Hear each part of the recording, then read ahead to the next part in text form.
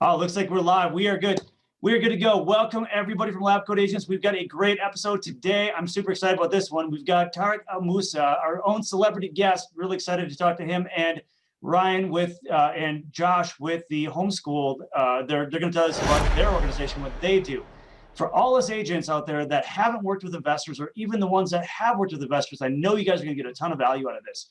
So with no further ado, Tarek, would you kind of tell us a little bit about yourself, just a quick intro if you could? Yeah, sure. So I'm Tarek Moussa, in case you guys don't know me. I got into the real estate business at the young age of 20 years old, became a professional house flipper, or at least started to try at around 29 years old. And since then, flipped close to 600 houses, 2 TV shows on HGTV, multiple companies, and we are passionate about real estate and education and training. So about the TV shows, can you just let everybody know what, in case they don't recognize you, what shows are we talking about? This is kind of a big deal. Sure. So one of the shows, I've been filming this show forever. You guys probably know this one. It's called Flip or Flop. That's on HGTV, where I'm buying, fixing, and selling my own houses. That started 10 years ago. And I also film a show called Flipping 101 on HGTV, where I mentor and teach rookie flippers how to become real estate investors. So a lot of fun. You know, you kind of have a passion for helping agents work with investors, from what I can tell. So what's up with that? Why do you like that? That's a great question. So I get this question all the time, and all of you real estate agents are going to relate to this, okay? And here's why. So at 20 years old, man, I got into the real estate business. I was young, I was hungry, I was motivated, I was excited. I was like on top of the world. I was finally out of high school, entering life. And for 6 months, man, I sat there in that office. I killed myself, wasting so much time, and I made $0. And here's what I learned early on with real estate. You can be the most motivated, driven, exciting, hardworking person in the world, okay? But if you don't know what to do, it's hard to get results. So 6 months into the business, no money. I was about to quit real estate. I told my parents I was done. And I was in my office one day and I heard these 2 ladies talking about a real estate coaching event by this guy, Mike Ferry. And I was like, real estate coaching? And I played sports my entire life. So at 20, I didn't know you can hire a coach for the professional field, right? So I heard these ladies talking. I'm like, wait a minute, there's such thing as coaching? So someone can teach me what to do? So I was dumb enough to be like, okay, well, there's a coaching event. I'm gonna go check it out. So I go to this event, Buena Park, California, 20 years old. Mike Ferry convinced me I was the smartest guy alive, the best looking guy alive, that I was gonna be the richest man alive. Like, this guy convinced me I was unbreakable. He convinced me I was unbeatable. And I signed up for coaching. And you know what happened? I signed up for coaching right around my 21st birthday. I went from making $0 right out of high school to making $120,000 in real estate commissions in 90 days. So I want you to think about this though. I went from making $0 a month as a broke 20-year-old living in his mom's garage to overnight making $40,000 a month, okay? So for me, that was life-changing money. And I know the potential that people have. They just need someone to show them. They need someone to push them. They need someone to teach them. So like coaching changed my life. And that's why I'm just so passionate about helping as many people as I can. So it sounds like you didn't just listen to the information and walk away with, hey, that feels great. You actually went and implemented what you were told to do at a pretty high level. You have to do it. Here's the trick to success. It's really not even the work you're doing. It's believing that you can do the work. It's believing that it's possible. It's believing that that's there for you. You just have to just never quit and keep fighting for what you want. That's it. The most difficult part of success, here it is. This is the truth about success. The most difficult part of success is the beginning stages, because as time goes on, it actually gets easier. It was more difficult for me to flip a couple houses versus it was to flip 600 houses. It was more difficult for me to film 1 TV show than it was to film 150 TV shows because of experience. As time goes on, you get better, you learn, you improve, and you grow.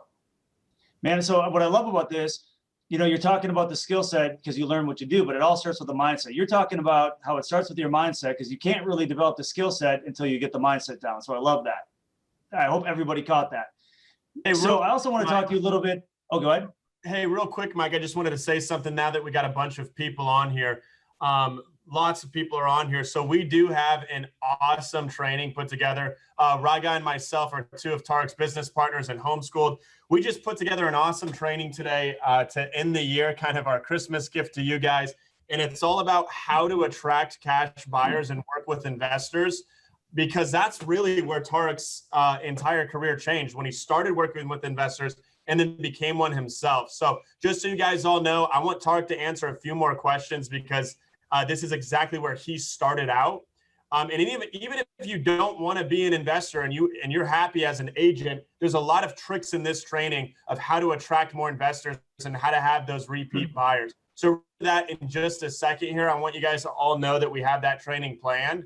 But Mike, right before we go in there, I know you wanted to talk to Tarek a little bit about his experience with short sales, and then also how he works with agents. So I'll pass it back to you. That's exactly where I was going to go, because you're talking about being a new agent. Next thing you know, you're doing short sales, distressed property. I mean, how did you go from I don't know what I'm doing to let's jump into the biggest mess, short sales, and actually make that successful? So I'd love to hear a little bit about that. Like, dude, I had no idea what I was doing. I had zero idea what I was doing. I just showed up and I worked every day. I didn't know how to do a short sale. I didn't know how to get an expired listing. I didn't know how to go on a listing appointment. When I pitched flip or flop, you guys don't know this, I had never flipped a house. It was just a pipe dream. I just believed I could do it. So the short sales came around, and there's a lot of agents on this call right now. So a lot of you were around 2006, 2007, 2008. Like, it was the Wild West. And I remember doing these short sales. Property values tanked in California. And I remember this one deal I did. I negotiated this deal for like 10 months.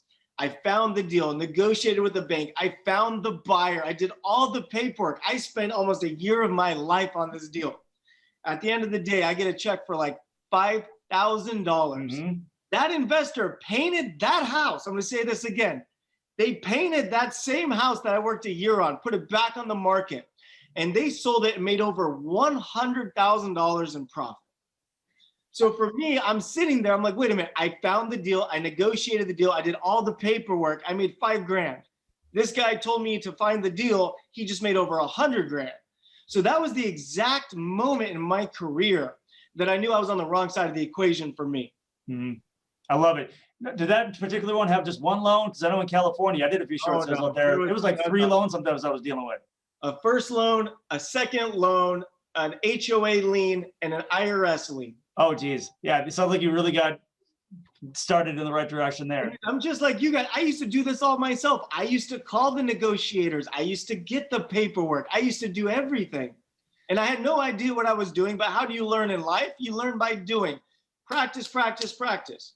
Now, we talked about a little bit about this too, right? So, even if you're not going to be the investor, I mean, and I did this as an agent myself. I had a whole slew of investors I worked with. I wasn't the investor, but I was working with them. I was getting good at it. So tell me a little bit about that. How important do you think it is, especially in a market that could shift and that could really come back?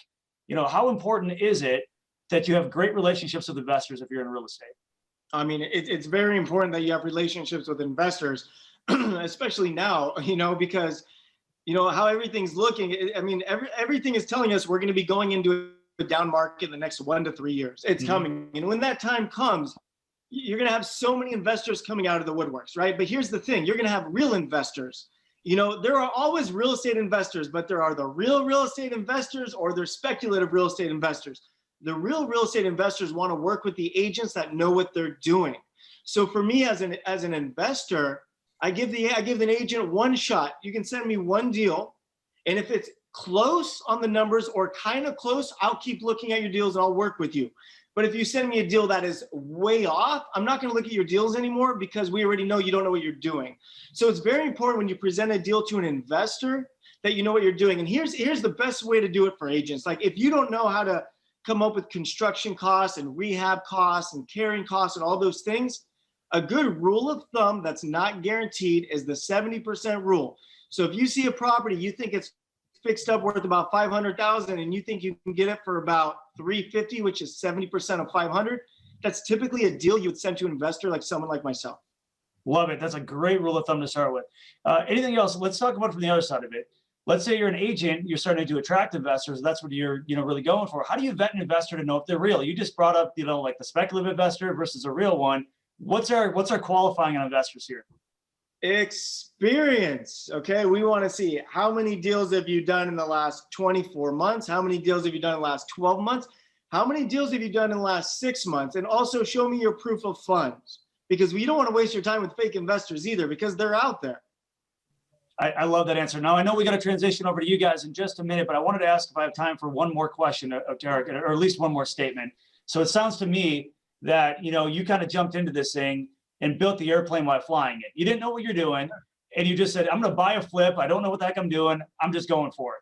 Yep. And I love that, because I think that's how businesses, generally run. We don't always have the perfect plan. We just got to jump in and do it. But let me say this. That's how I live my life. That's how I've done every single thing I've ever done in my life, is just going for it. Because if you want something bad enough, you're going to get it. You just have to go for it. And most people are scared to take that first step. And here's the thing. I know we have a bunch of real estate agents on here right now, and not all of you want to be investors.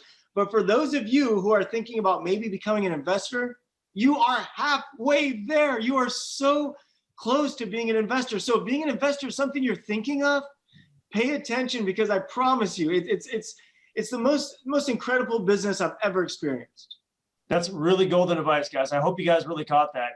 I read somewhere, I don't know how true it is, but a quality of successful people is that they will make a decision very quickly and then abandon it very slowly. Where a quality of less successful people is they make decisions really slowly and abandon them very quickly when things just don't seem like they're going to work. So you're the guy that just jumps in, figures it out, sticks with it, commits, and tweaks as you go. Love it. But that's what it takes. You got Josh on here. He's the same way. You got Rye Guy on here. It's the same way. You have to be out there hunting every single day. You got to fight for you and fight for what you want. You just have to go for it.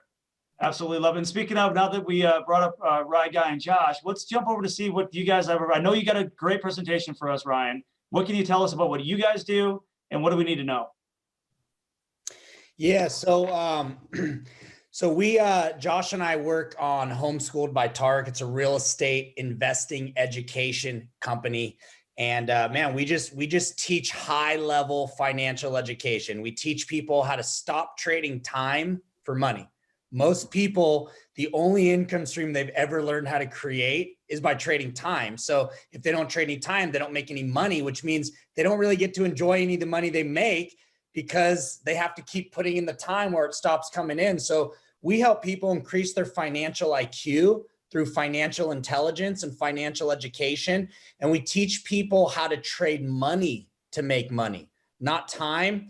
And it's other people's money, not their own. Because one of the biggest skill sets, and one of the things I learned about successful individuals, and you said quick decisions. Another thing is that the most successful investors I've ever met, they invest as if they're broke. They invest like they have no money, because they've learned how to create a model using other people's money. I love that. That's brilliant advice. So tell me a little bit about this then. Okay. So yeah, we have a fire training for you guys today. And I highly encourage you to stay till the very end, because this training literally will allow you to increase your income tremendously into 2021. By adding investor cash buyers to your network and to your buyers list, that's going to fill in tremendously with the gaps that you have in between retail buyers. And again, with most retail buyers, the relationship you create, you may do business with them a couple times in 5 or 10 years.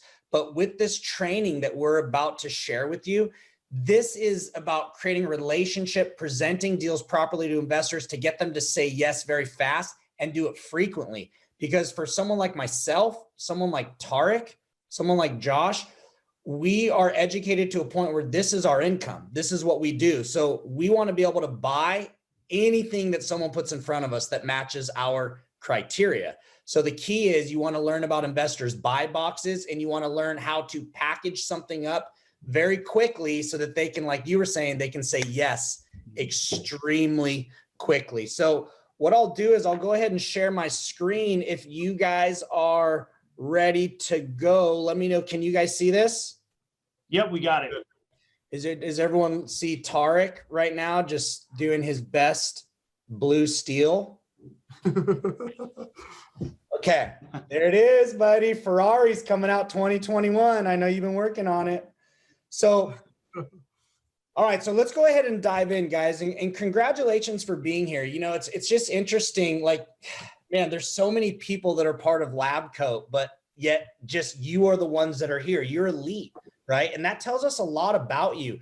You're taking time to work on yourself. You're taking time to educate yourself and learn what it would take to become successful and get to that next level. And one thing that I'll share with you guys is that, man, no matter how much success I've achieved, no matter how many deals I've done, I never take credit for any of it. I'm just the best copycat that I know. And I've attended trainings like this more often than you could imagine. I've invested so much into my financial education. So the fact that you guys are taking time out of a workday right now to increase your financial IQ, I just want to acknowledge you for that. And I want to say congratulations on that. Okay. Brian, I think you also just said too, like you don't have to reinvent the wheel, right? That's what you're talking about. Just plug into the information. We call it in real estate R&D, rip off and duplicate, right? So, I mean, in high school it's cheating, but in real estate, that's what we're supposed to do.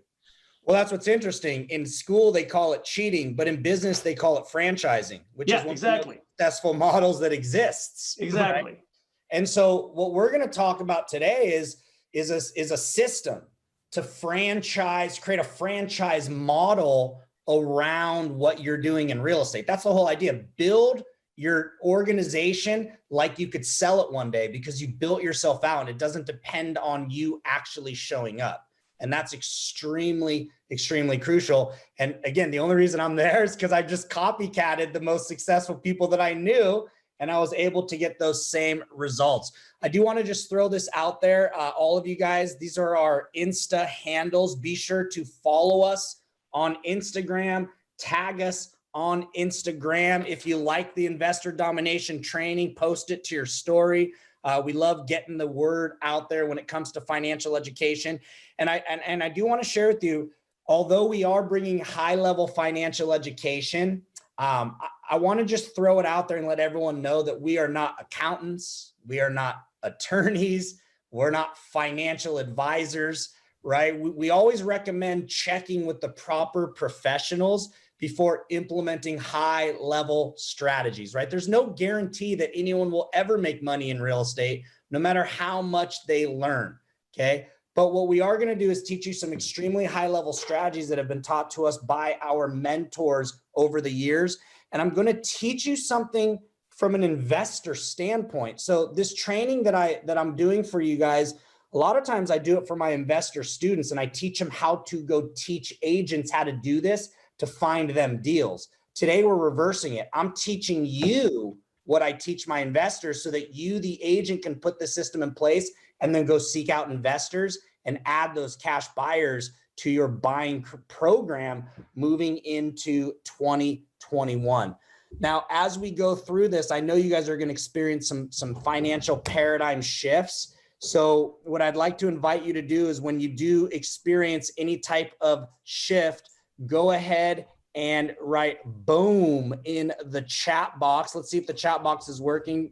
Let me get a boom in there from everyone. Yeah, it is. And by the way, Ryan, people are asking a couple questions. I'm sure you're going to have like website up at the end of this, and they're asking for the Instagram tags again. Can we do that at the end so we can continue? Yes. Forward? Okay. Yes, we can. 100%. We can. Okay. So let's get into this. Here's the website. That was perfect timing for you. So again, I encourage all of you to stay to the end of this training, but I do want to let everyone know that we are doing a high-level financial education training on January 8th and January 9th, and it's less than a sushi bill. It's crazy. It's $97 for over 10 hours of live training with myself, Josh, and Tarek. And ultimately, it's designed for realtors just like you that want to learn to speak the language. They want to be able to learn how to talk to investors properly to seem legit, right? Understand how to package up deals properly to get us to say yes very quickly. But then also there's a lot of you on this training as well. I guarantee it. You're also thinking about, hey, what if I started adding profit? What if I started adding profit to my real estate transactions and not just commissions? Because there's a difference between the two. And you know what's unique? With commissions, you're always capped as to how much you're allowed to make, right, by the seller. But when you get really good at finding deals, profits can be unlimited, okay? So be sure to go sign up for this class. Like I said, it's going to be $97 and it's going to be about the 4 fours, how to find deals. So all the marketing systems we use as investors to find deals, how to fund deals. We're going to teach you strategies that we use specifically to fund 100% of our transactions. Then we're going to talk about how to fix it, right? All the construction add, value add. Then we talk about how to sell it and flip it. So it's going to be very, very powerful. Now, as a realtor, there's basically 2 different types of buyers that you're going to be dealing with. You're going to be dealing with retail buyers and you're going to be dealing with cash buyer, investor, wholesale buyers. And so what we want to do is we want to find a good mix of both to add income and funnel income to the bottom line. I think it's important to understand, though, that they're different buyers. They operate completely differently. And so I want to take a moment and I want to help you understand the mindset of an investor and what they're looking for and how they operate and how they think. Okay. So for example, retail buyers are extremely emotional. Okay. They're very emotional. I mean, you guys know, think about how many times have you dealt with someone where you drove them around in a car for 6 months, babied them, answered all their questions. You even became their therapist. You're not just their realtor, you're their therapist. You're holding their hand through all these different things. And then all of a sudden they go into the witness protection program and you never hear from them ever again. And they never even ended up doing business with you after 6-7 months. You guys know what I'm talking about, right? They're extremely emotional, yet cash buyers, they're extremely logical. And here's what you want to remember. When emotion is up, logic is down. And when logic is up, emotion is down. This is a business of logic for people like us as investors. We don't get emotional. Everything comes down to the simple math of the deal, period. No deal is too big or too small as long as the numbers work based on the risks attached and the amount of time it would take us to get in and out. Now, because retail buyers are extremely emotional, they're also very indecisive. They want this, but then they want that, but then they like this, but then they don't like it anymore and they like that and this. And as you guys know, as realtors, that can get frustrating. That can get extremely challenging, just being surrounded by a chaotic energy, a very indecisive energy, to whereas as investors, we are very decisive. We know exactly what our buy box is. And all we have to do in order to say yes and move forward is we just have to find a deal that matches our buy box, that matches our criteria. And this is why we can decide very, very fast. In fact, what Josh and I do at Homeschooled is we teach our investors how to do what's called a back of the napkin analysis. We teach our investor students how to do a back of the napkin analysis, which literally allows you to analyze a deal in 5 minutes or less and make an extremely confident offer on the spot.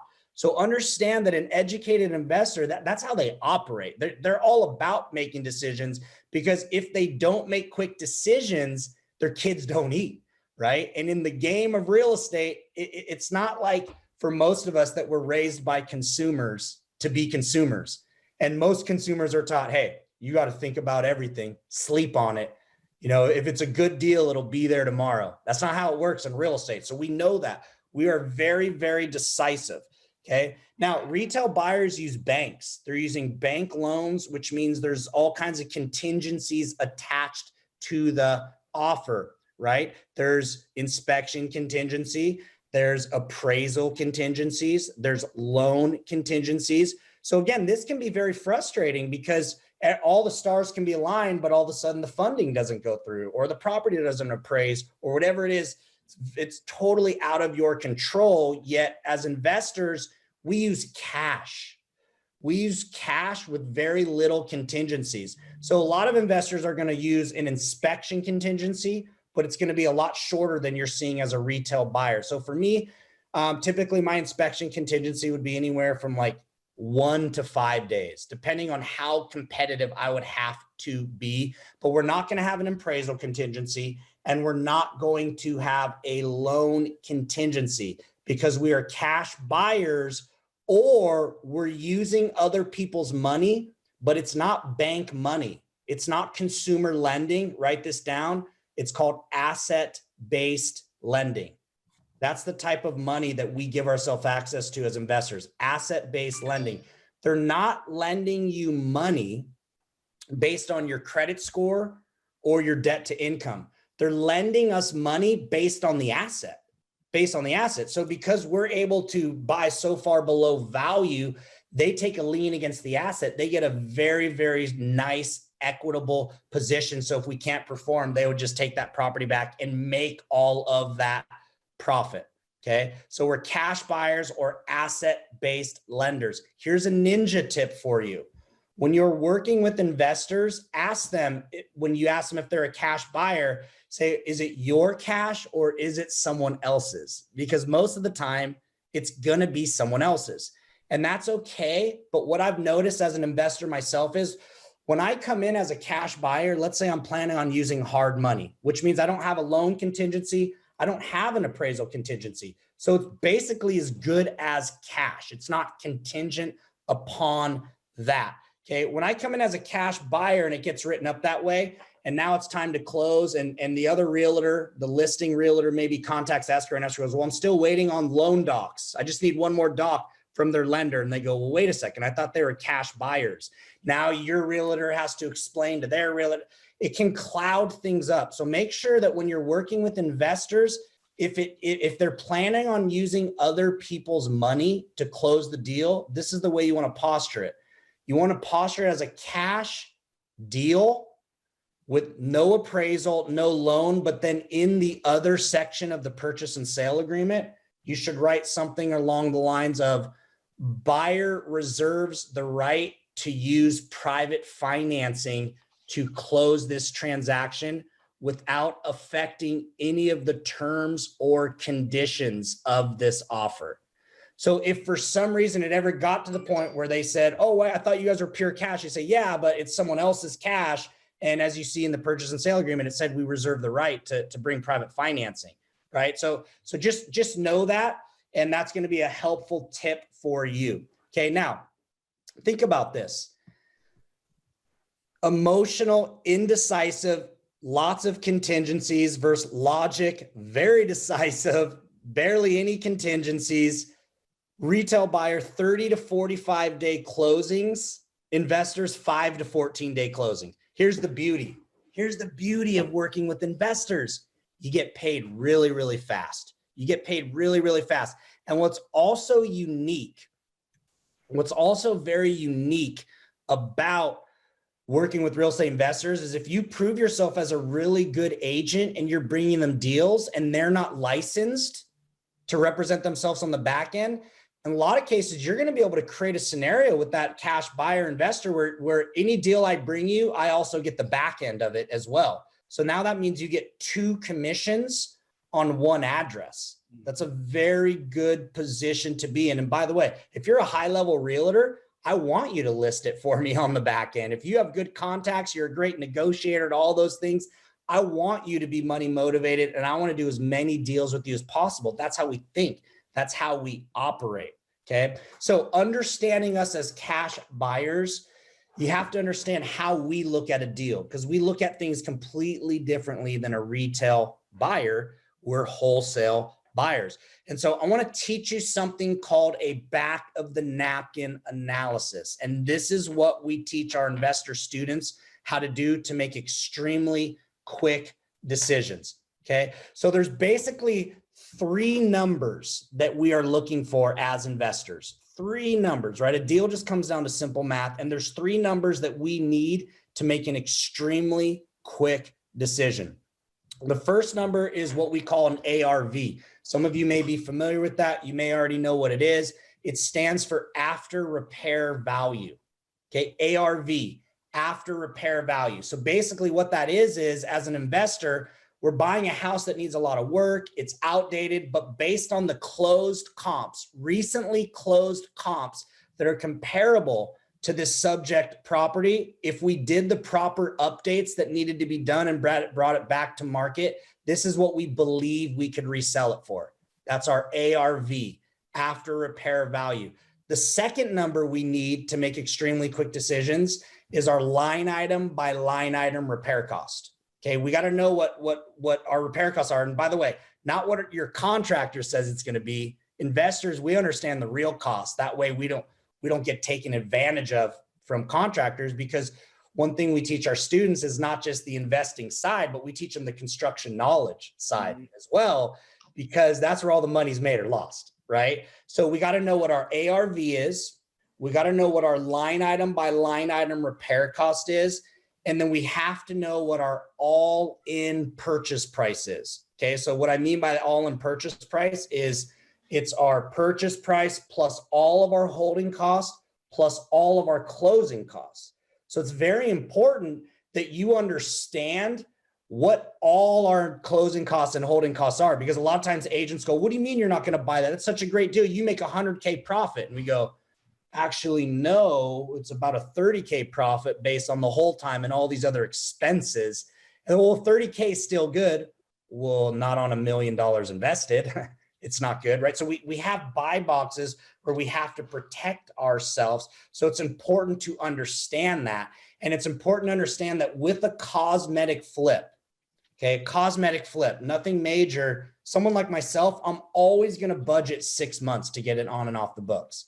Always. That means when I'm analyzing a deal, I'm looking at 6 months of holding costs, 6 months of property tax, 6 months of insurance, 6 months of utilities, right? I'm also going to have staging costs. I'm going to budget that in as well, because I want to make sure the house looks really good so it can sell really fast, right? We're also going to have money costs if we're borrowing other people's money. So we're going to have all of these different costs. Okay, so here's what a back of the napkin analysis consists of.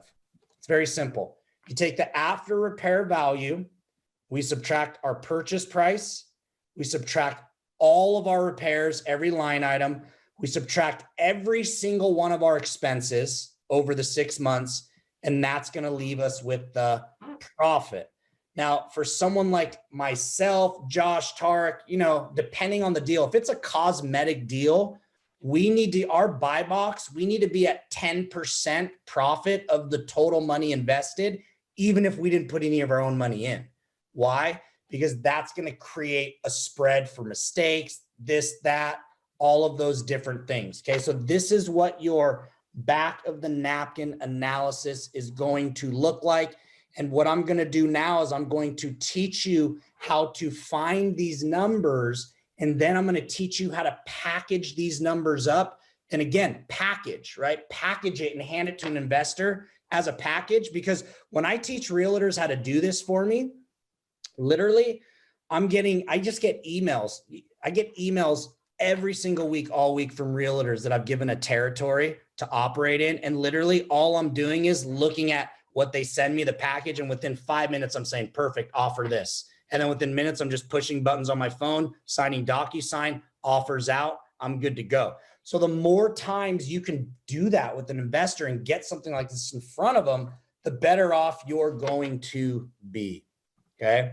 So here's some tools when it comes to a back of the napkin analysis. And I keep bringing this up because you're going to want to do a back of the napkin analysis so that you can present properly and understand what an investor needs to say yes very quickly. So first of all, high-level financial education. Always invest into your financial education. It's always going to give you the highest return of any investment that you ever make. It's always going to give you the highest return. Understanding how to use money to make money. Understanding that we don't even use money. We live in a currency system, right? We haven't used money since the 70s. Everything about it's fake. It's just a ledger system that's actually going down in value by the second. And if this new stimulus gets approved, that's another billions of dollars. It's just hyperinflation. The buying power of the dollar becomes less and less, which means it takes more of the same dollars to buy the same asset, which is why property will always go up in value. So we want to start learning and versing ourselves and increasing our financial IQ. Another thing that you're going to want for a back of the napkin analysis is some type of profit calculator. That's what we call it, a profit calculator. So this is kind of like a software type thing where literally all we have to do is put in the ARV, what we believe the repair costs are, what all of our holding costs are, and we can pre-program it. So all I got to do is put in 3 numbers, hit enter, bam, it's going to give me a snapshot of that deal. And so this is something that's not only allows people to make quick decisions, but it's also going to make you look very professional when you're packaging up these deals and sending them to investors. And by the way, I always tell agents, if something hits the market or something's off market, like, I don't need to know about it until you bring me all these numbers, right? Just go take the initiative, go analyze the deal, send me an email with this package, and I will get back to you instantly saying offer this so that we can get that offer out there. Okay, so you've got to have the financial education. You want to have a profit calculator. People are saying, how do we find profit calculators? You can find them online, right? If you just put in like deal analyzer or profit calculators, things like that, okay? And then of course, a construction cost estimator. So this is what allows us to make extremely quick decisions, right? This is something that we've developed for our students. But for you guys as realtors, what you're gonna wanna do is basically start learning, okay, what are all the different line items that can be done to a house from repairs, and then create sections, interior, exterior, and then each section of the house has its own section of potential line items that could be done. You can see here's a section, here's a section. And then you want to have, based on an average, what it would cost to get that done, material and labor. Now, here's the thing, might be a little high, might be a little low. These construction cost estimators, they're not designed to be spot on. It might be 5% high, 5% low, 10% high, 10% low. It doesn't matter. That doesn't make or break a deal. If 5% makes or breaks a deal, it was never a deal. They're just designed to make quick offers on the spot. Okay. I'll talk a little bit more about this in the next couple minutes as to where you can start learning construction national averages so that you can start building this out for yourself. Okay. So let's get into some investor domination tips. These are some ninja tips for you guys. If you guys want to hear some ninja tips, everyone say hi. I know I can't hear you, but I virtually saw you in your office karate chopping saying hi. So you're still all good with me. Okay. So first things first, the whole idea is when you're working with an investor versus a retail buyer, this is not a deal. It's an opportunity to do lots of deals for years to come. So what that means is you really want to set up an offer system. You want to have an offer system that can spit out 20, 30, 40 offers a week without you even thinking about it. And you want to be able to automate that process. Now, listen carefully. Amateurs make offers. That's what they do. Professionals make offer systems. It's completely different. Again, an offer system means I don't even have to do anything. I don't have to be part of it. I don't have to be there. Offers are going out whether I'm there or not. Okay. And the reason I bring this up is because, you know, for if you're on this call and you're a realtor, you may be a W-2 employee and a realtor, but so you may not be 100% self-employed, but you're somewhat self-employed. And here's an interesting fact that I've learned in the last 10 years of teaching entrepreneurs high-level financial education. Most people that are self-employed, they call themselves entrepreneurs, but they're not true entrepreneurs. They have an entrepreneurial spirit that lives inside of them, but no one's really ever taught them how to bring that spirit out and actually create systems. So most people that are self-employed, they're just knowledgeable technicians. They're working inside of what they've created. And no matter how successful they are, no matter how much money they make, the money only shows up if they show up. So if they decide to take time off work, the money doesn't show up. And by the way, that's not entrepreneurship. That means that someone owns a job. An entrepreneur owns an income stream that they could sell for a lot of money if they wanted to. Self-employed individuals own a job that no one would ever buy because once they realize that you work 70 hours a week to keep this thing together and they buy it from you and you're gone, now they have to replace you. They don't want to work 70 hours a week. They don't want to have to do that. So you want to think about how can I create systems as a realtor to build myself out of a technician role and put myself in more of a management role of my team or of my organization. And then from there, you want to start thinking about, how do I create systems to build myself out of a management role? So I have a manager, and now I'm an actual true entrepreneur at the top of the food chain, and I'm just managing managers. That's what entrepreneurs do. We manage managers and collect income from income streams that we're not trading a lot of time. Okay, we're not trading a lot of time to do that. So what's the difference between a technician and a true entrepreneur? Entrepreneurs are systems dependent. Technicians are owner dependent. They're people dependent. They have to show up in order for it to work. So that's why I say, let's think about creating an offer system. I'm going to teach you what that looks like. And here at Homeschooled, we believe that system stands for save yourself time, energy, money, and stress. That's systems. How many of you would like to save yourself time, energy, money, and stress moving into 2021? Give me an oh yeah in the chat box. Save yourself time, energy, money, and stress. Beautiful, beautiful. Now, how does it save time, energy, money, and stress? Because what a system is going to allow you to do is create a predictable, dependable, and repeatable result. Predictable, dependable, repeatable result. It can be done over and over and over again. Okay. So when it comes to creating an offer system, you have to lay the upfront groundwork.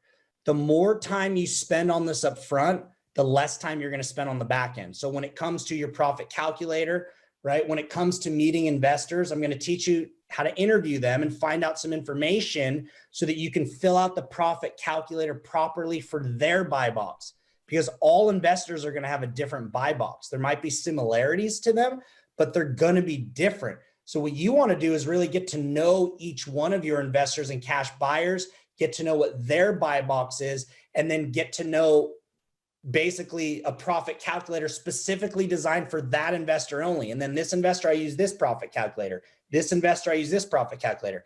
They're the same templates, but they have different holding and closing costs put in them because every investor has different holding and closing costs. Okay. So step number one towards this being very powerful. Okay. You want to create a construction cost estimator system, like I said. So you want to basically start learning, okay, well, what are all the different line items that can be done to a house? And by the way, it doesn't have to be extremely detailed. Start figuring out, what are the big ticket items? What are big ticket items that would cost a lot of money on a house that I see are sticking out like a sore thumb? And what would it cost to do those type of things, and make it like a checklist format? So then what happens is, now you're in front of the house, and number one is, does the house need a new roof? Well, you look at the roof and you go, no, it doesn't need a new roof. So then you check off no and you move on to number two. Or if it says, yes, the house needs a new roof, you check off yes. And then what you're going to want to know is, what would it cost on a national average, labor and material, to get that roof done? Okay, now here's a website that you can go to. You guys can see this. It's rsmeans.com.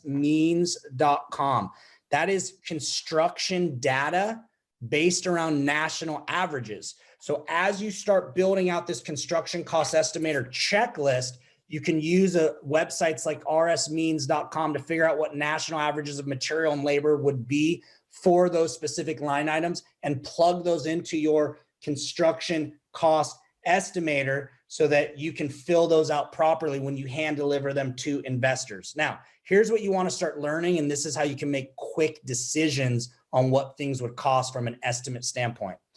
Every line item that you have in your construction cost estimator is either going to come down to price per item. So if it's an appliance, right? Like, so for example, you want to have a kitchen section and you want to have below median, median, above median, luxury. Well, guess what? I already know that I can do a below median kitchen for $7,500 in and out, everything, material and labor. Once I get to median, I'm now around 12 grand.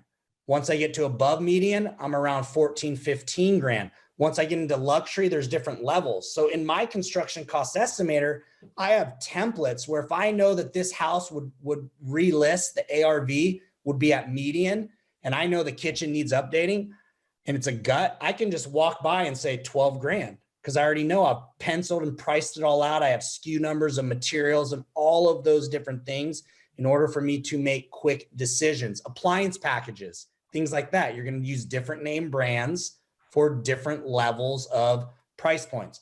So you're going to look for price per item. So if it's something like a dishwasher in a below median, right? A Whirlpool, okay? Whirlpool would be a brand that you would use below median, okay? Well, what you want to start learning is what does it cost for a Whirlpool dishwasher? And then you would put that next to it, okay? On every single line item. Price per square foot. If it's not per price per square per item, it's going to be price per square foot or price per linear foot. So you want to start figuring out, you know, what does nice laminate flooring cost price per square foot? You can get really nice laminate for like $1.60 now. That's hand scraped price per square foot. But then you want to start learning on a national average or from your local contractors, what do they charge per square foot to install?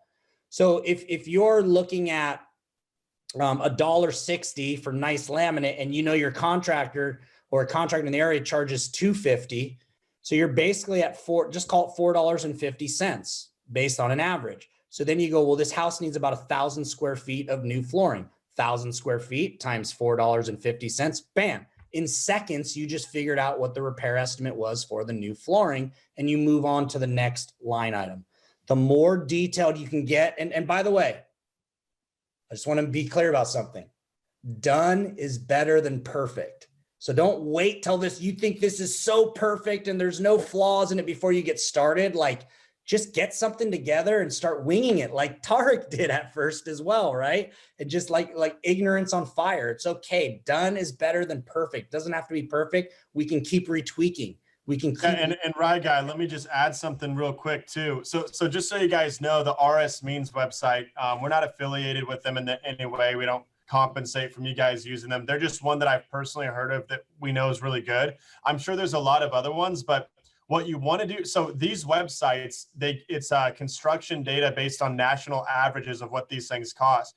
But what you're going to want to do, because that's a great start, what you're going to want to do is then you're going to want to slowly learn the costs of your area, the average cost of your area and your market. And maybe you build it based on national averages, but then you have a relationship with the contractor and just ask them, hey, what is the typical cost for this item, blah, blah, blah. And now you have it for your market, for your area. It's not going to drastically change, but it does change a little bit based on where you're at. But just to simplify this step right here, guys, I want to just make sure this part's clear. You don't have to learn everything about construction to do this. The point is create a nice little template. So when you send a deal to an investor, you say, hey, on average, it's going to cost you this much money to fix it up. Do you know how valuable that is?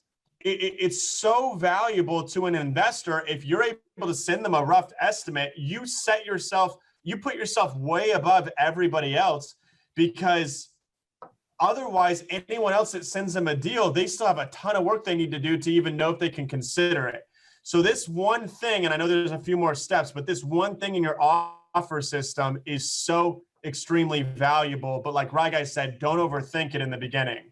Yeah, don't overthink it. It doesn't have to be perfect. And just know that we know what our costs are. So even if it's not perfect, but it's still a checklist of all the line items that need to be repaired, we can still make quick decisions based on what we know our costs are.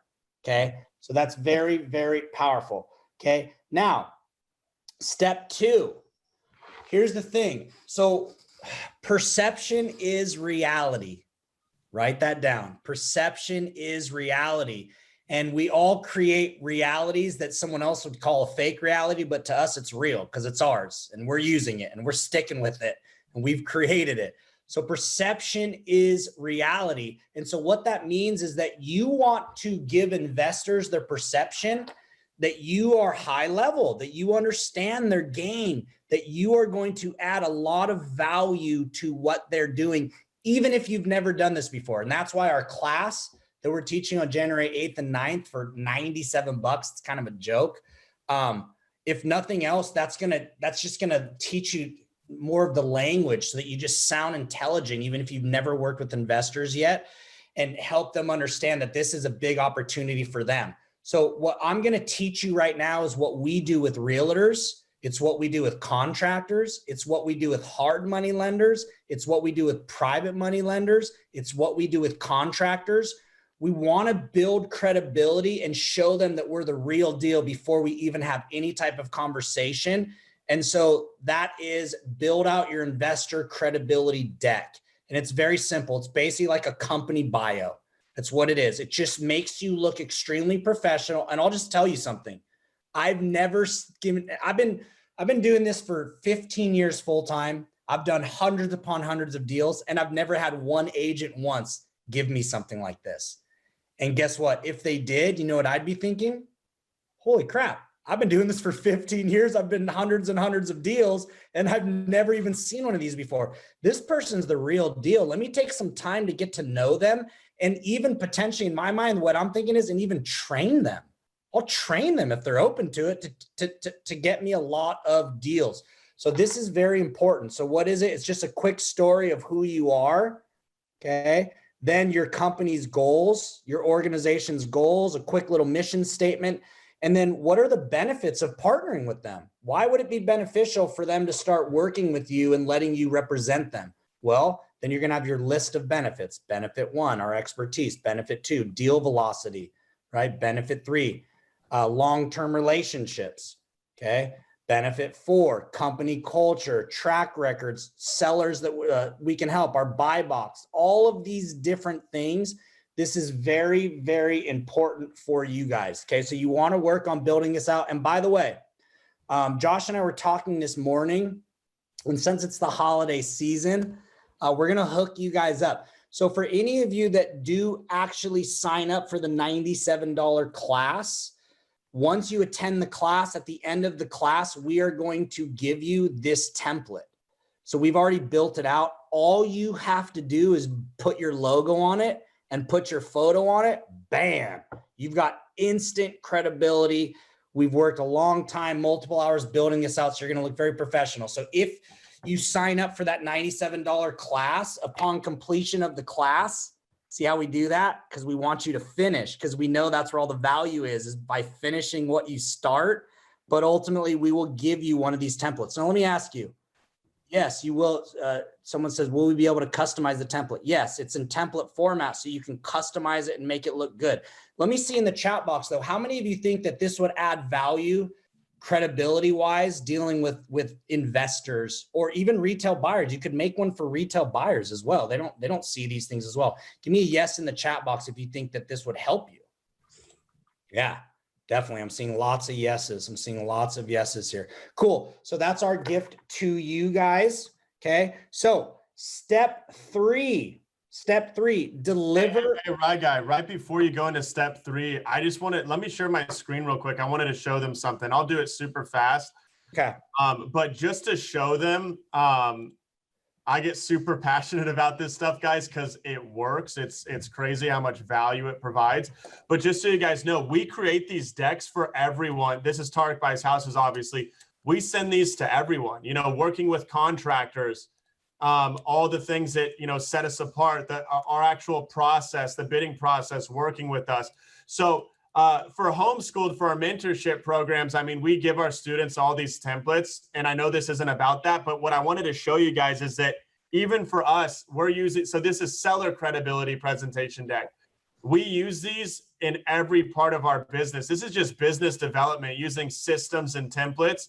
So like Rai Guy was saying, we just decided, hey, let's go ahead and give them an agent template for investors. So it will be an incomplete template to send to investors. We'll build out every single slide. All you guys got to do is slap the logo on it or your name or whatever it is. But don't underestimate the power of these documents, because that professionalism is everything to investors, especially when half the things sent to us, they're not a deal in the first place. So being able to have the right presentation already gets visibility that typically doesn't happen.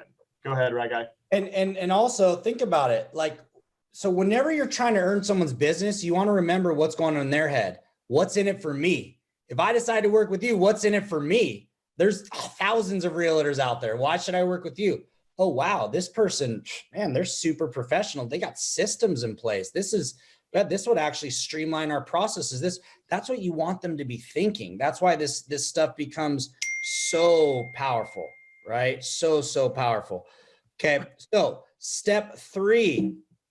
Now that you have your profit calculator, you have your construction cost estimator, now you want to start recruiting investors to plug into your system, okay? You want to start recruiting investors to plug into your system. So first of all, reach out to every investor that you already know or kind of know and let them know, hey, I'm currently investing into my financial education right now. I'm currently investing into increasing my financial IQ because I want to add value with my investor clients in 2021 in a way that I've never done it in the past. So what I'd like to do is learn more about your buy box and what your criteria is so that I can serve you and create a lot of deals with you for 2021. Okay, so let everyone know. If you don't know any investors, then look for investors spending money on advertising. Okay, so in the real estate field, since you're in real estate, I'm sure you guys get a lot of ads on your social media pages. You know, we buy houses, we buy houses, we buy houses. Do you want to sell your house? Well, call those people, get in their funnel, because those are individuals that you want to create a relationship with, especially if they're investing money into lead generation. Well, you become part of their lead generation. You become a vendor that, by the way, is free. It's the best kind of vendor. It's free 99. You guys are going to do all this work for us and we don't even have to pay you. The sellers do. Like, think about that. But it's beautiful because you get paid by the seller and you can get another commission on the back end when you list the house for us. And by the way, these houses are easy to sell because they're brand newly remodeled. People want them, right? So this is very, very powerful. Okay, another place is Bandit signs. So think about this. How many times are you driving around your city and you see "We buy houses, cash fast" signs? Well, instead of just noticing them, now take a picture. And when you're back in the office, call that investor and say, hey, I noticed that you're advertising that you buy houses cash. I'm a realtor and I specialize in working with investors. And what I'd like to do is set up a time to get to know you a little better and find out what your buy box is so that I can start, listen to this language, so that I can start hand delivering nice profits to you on a silver platter for 2021. And who's going to say no to that? I'll take some time. I'll take 20, 30 minutes, an hour, and let's talk about my buy box. Let's see if we can work together. So that's a spot, is Bandit signs. Another one is auctions. So you have to have cash to buy at an auction. So what you want to do is they have weekly auctions and monthly auctions. Just go to the auction and just be a fly on the wall and notice who's bidding. Notice who's investing. You know they got cash. You know they're investors. Same thing. Approach them. Hey, I noticed you're bidding on some properties here. It's kind of competitive here. I'd love to set up a time next week to sit down and figure out what your buy box is and what your criteria is so that I can start target marketing specifically for you and hand deliver some profits for you on a silver platter in 2021. Okay. Another place, RIAs, Real Estate Investor Associations. So start Googling RIA. Google that exact word. Some of you are more shut down than other places. I'm in California. We're pretty shut down. So they're not doing any type of live events and haven't since March. Some of you are in an area where they are still meeting live, but if not, they're also meeting virtually as well. So plug into those, go to meetup.com and type in real estate investor, and it will show you all the real estate investor events that are coming up.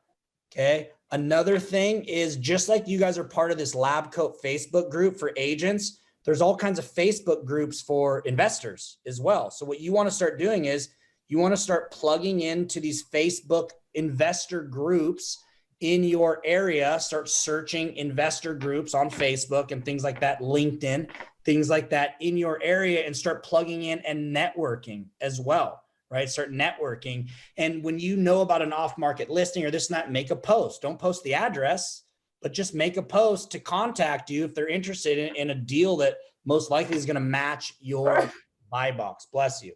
Okay. So these are some areas that you can focus on finding cash buyers. Okay. Now,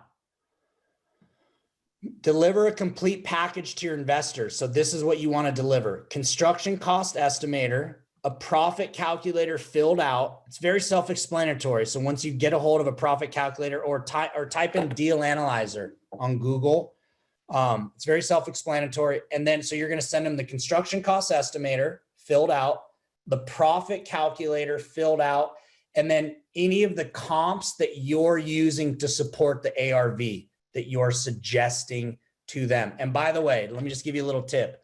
Don't be over ambitious with your ARVs, right? Like, be conservative. You want the investor to go, oh, actually, what about this comp? Didn't you see this comp? And you go, well, I did, but I just wanted, I know you're more conservative. So I was just showing you more of a conservative ARV, but yeah, there's way more upside than what it shows on the profit calculator. I was just being conservative because I know that's how you like to operate, right? So don't use ARV compression, right? Don't try to force the deal to work on paper, because we see through that in seconds with realtors and with wholesalers. And by the way, this is how we look at it as investors. Every deal, there's a wall. And on this side of the wall, you've got all the people that are guaranteed to get paid on the deal, including realtors. And then on this side of the wall, it's just us. We're the only ones that aren't guaranteed to get paid. In fact, we might lose money. Can get kind of lonely on that side of the wall. So again, what you want to do is you just want to make sure that you're not one of those people where in their minds they're going, well, you're guaranteed to get paid, so I can tell you're just trying to compress this ARV and compress these numbers. You want to build a relationship. You don't want to do one deal. You want to build a relationship, and you want to get to a point where a lot of times now, I've worked with realtors for so long, I don't even, and this is not probably smart, but I don't even like check their numbers a lot of times, just because I've done so many deals and I trust them now that I just say, yep, offer this, right? And it's just like, I trust them. Okay. So this is what you're going to use to deliver that. And then here's the thing: commit to an offer goal with your investor. So say, hey, we're going to make, what's our offer goal? 1 a week, 2 a week, 5 a week, 10 a week, whatever it is. Commit to the offer goal. And then no matter what, you have to hit it. Now that means you're going to have to make some low offers. That's okay. Guys, it's okay. You don't have to take it personal if someone makes you a low offer as an agent, and you don't have to take it personal if they're taking it personal because you're on the other side making a low offer. This is business. This is how this stuff works. And as a realtor, you want to be, I always look at it, because I have a license as well. I always look at realtors, we're like attorneys. Like, we have to present our case, and we have to provide supporting evidence to the jury to show why the market says the property is only worth this. Because you and I both know sellers always think their house is worth more than it is. They always do. In fact, if they raised 4 kids there and they all took their first steps there, they want us to pay for that. Like, literally, that emotional attachment. So again, just know that, okay? Know that when it comes to investors, make those offers. It's okay to make low offers. And here's the secret to the low offer: it's not going to get accepted. My goal when I'm using the MLS is not to get my offer accepted. You know what my goal is? To go into backup position number 1 as many times as I can and actually fill out the paperwork, not a verbal commitment. Fill out the paperwork. Hey, your offer didn't get accepted. We accepted someone else's. Okay, great. Well, we'd like to go into backup position number 1. So we'll send that paperwork over to you so that we can lock that down. Because here's the thing. When we go into backup position number 1, if the original buyer cancels, we get first right of refusal. The deal automatically rolls to us and we get to say yes or no, and it won't show active again on the MLS. This happens all the time and people don't realize it. And here's what's interesting, because it's all psychology. When it comes to the MLS, I don't even want my offer to get accepted, because if the numbers don't work, if something pops up that's major that I didn't notice in my inspection and the numbers don't work, the credit that I'm trying to get, usually that I can't get, the seller always gives that same credit to buyer number 2. It's the craziest thing. They say no to buyer number 1, and then all of a sudden buyer number 2 says, well, hey, here's what we noticed, and here's the same. And now they're going, well, this is the second person that said that. We don't want to lose a second buyer. And their realtor's like, we should just accept this because this is the market's telling us. And now this HVAC needs to be replaced and all these things. So the goal is to get into as many backup positions as you can in writing with your investors, period. And literally what's going to happen is you're going to have weeks where bam, it's just going to start, like all of a sudden the phone's going to ring and all of a sudden that investor is going to get 2 or 3 accepted from backup position out of nowhere. Last week, you couldn't even talk your dog into going on a walk with you. This week, you're just a closing machine. Things are getting spit out of the pipeline. You know what I mean? It's a good thing. It's a good thing. So these are very, very powerful strategies. Obviously, it's very important to know this and to just continue to increase your financial education, continue to increase your financial IQ. You know, it's funny because Tarek's in Mexico right now, and you know he doesn't speak Espanol. He doesn't speak Spanish. And so what's interesting is when you leave the country, you know, if you don't speak the language, you can have a great experience. But have you ever noticed when you speak the language fluently of the natives, there's a different respect level. They just respect you differently and you're treated differently. It's a different experience. And that's how it is with investors. If you increase your financial IQ and learn to speak the language and have an intelligent conversation around investing, you have no idea what that's going to do for you with an investor, because it's nothing personal. I love everyone, but I'll just throw it out there. It's just like every industry. There's not that many great realtors out there, just like there's not that many great contractors out there, just like there's not that many investors out there, because most people are amateurs. They're not focusing on systems and training and having mentors and all of these things to take them to the next level. So you will stand out like instantly as a professional to an investor, and they're going to go, wow, this person, like, yeah, I want to work with this person. Let's start doing some deals.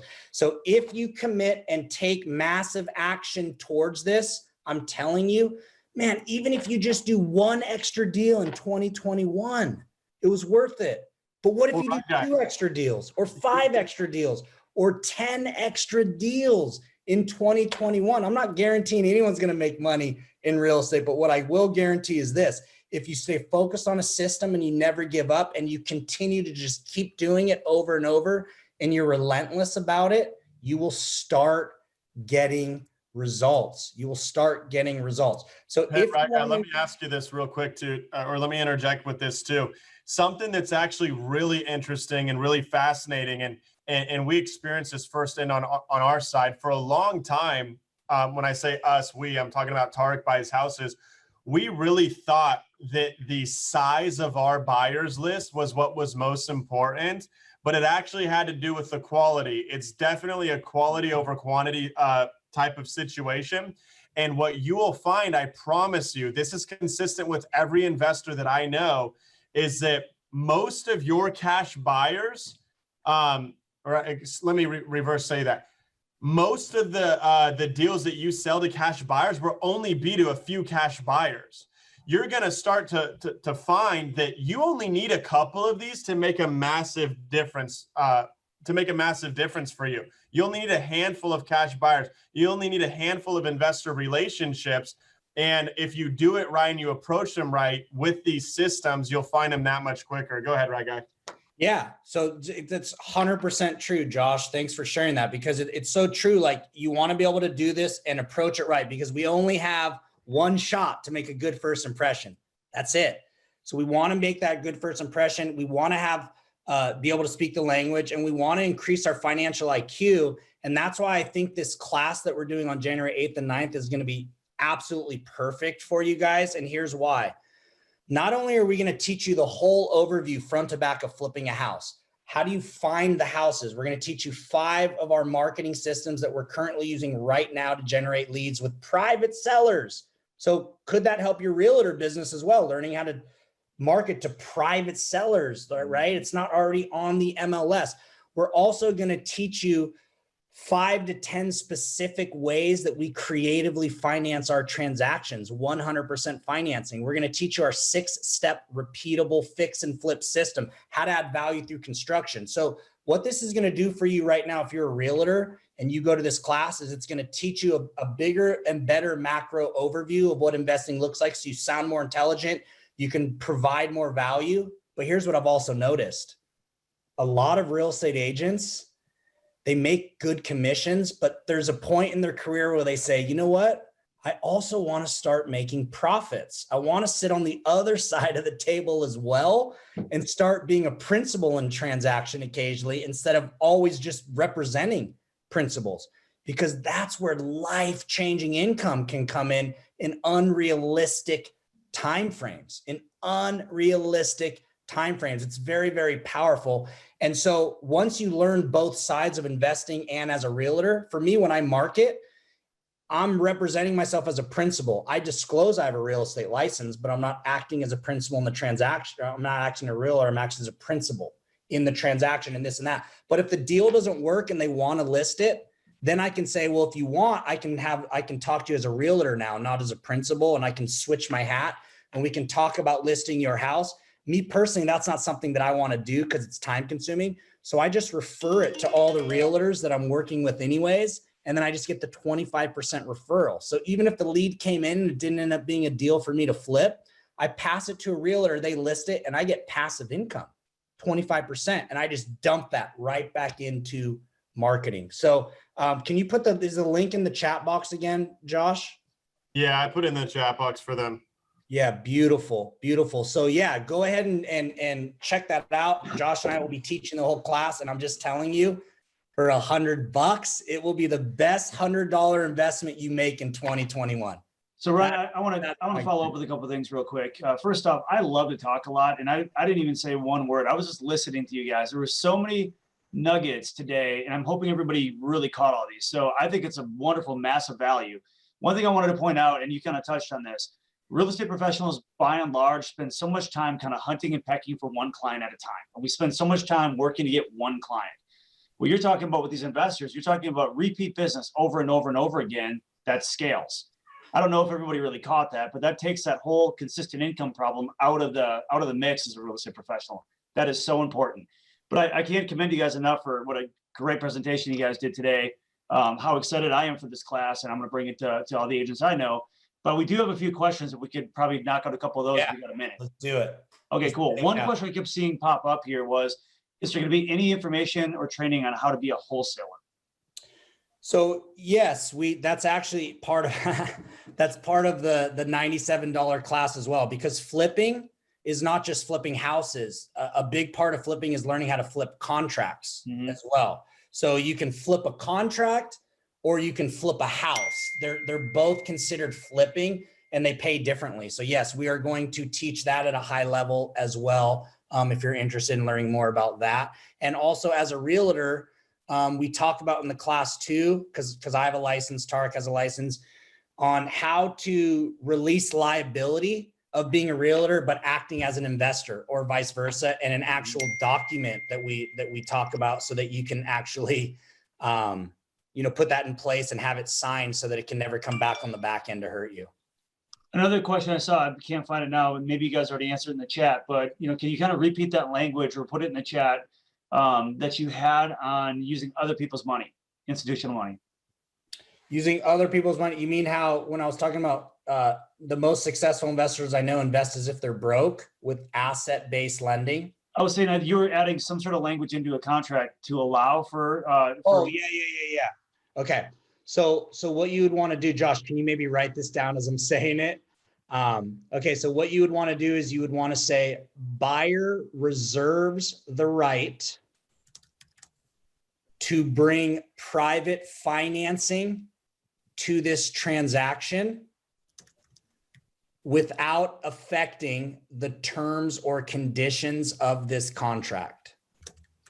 Love it. Thank you. And another one real quick. They want to know again where you find this profit calculator software. So deal analyzers, you can just go online and just type in deal analyzer. There might be some free ones. You might have to buy one for 20, 30 bucks, whatever it is. Just do it, invest into your business for sure, Yeah. Awesome. I want to say something real quick too, Mike. We have all of these templates, but just out of respect for the people that invested into them, we can't just give them out for free because that's part of our mentorship programs. But what I will say on that note, and this is all on the landing page, but for the basic essentials crash course training that we were talking about, we also give you as a bonus, you get this emailed to you as soon as you sign up, our motivated seller talk track. This is the actual acquisition script that we use when we're talking to motivated sellers. We also give you guys a hard money lending guide because hard money is probably the most common source of funding for investors to fund their deals. And then throughout that training, we actually give you guys different promotional codes just to different things that we have access to, like these different softwares, CRMs, things like that. And then we will do a live Q&A with Tarek as well. A lot of people like to ask him specifics on his business and how he actually does things. But the last thing I wanted to say, guys, is I just wanted to explain the inspiration of why we did this, other than the fact that we love working with this group and we love training you guys, is that Tarek just has a soft spot for agents in his heart. He started off as an agent. If you guys were on the beginning of the webinar, you know that. And what he didn't get a chance to say, but it's one of my favorite stories, is he was sitting in his house late at night one night, and he was asking himself, as an investor, he was investing at this point, and he's thinking to himself, how do I get more deals? And an idea hit him. He explains he was sitting on the couch drinking a beer. It's like 11:30 at night, and an idea hit him. He said, agents are taking listing appointments today for houses that will go on the market tomorrow. And you guys know that that's true. As agents, you guys are the first to learn about these deals. And what Tarek ended up doing is he started reaching out to agents, creating relationships with agents. And still to this day, he gets so many deals from agents. But I'll also tell you, he gets contacted by tons of agents that he doesn't even respond to because they don't know how to send him deals correctly. And that was the inspiration for this training. How big a part of his success in real estate investing agent relationships are, and the fact that a lot of them don't know the right way to go about it. And the more you understand the investing process, whether you decide to jump over and invest yourself or not, the more you understand that side of the business, the better you'll be able to work with investors. So I hope you guys really enjoyed that. I'll put the link one more time. Raga and myself do the whole training. We love it. It's Friday and Saturday. It's like 6 hours worth of training. If you can't, at times we do send recordings, but I really urge you to be there live because we do different gifts and bonuses and stuff, and makes it more exciting for us, to be honest. But anyways, I hope you guys enjoyed another great training. And with that being said, unless Mike or Raga had anything else, we'll let them pass. We're starting to get a lot of people dropping off. I think people are probably going to go. Keeping everybody's attention this long was, awesome for you guys. I mean, really, really great job. So I think that's about it. Hopefully you guys have a great holiday season, and we're looking forward to the training. And we'll catch you on the next one.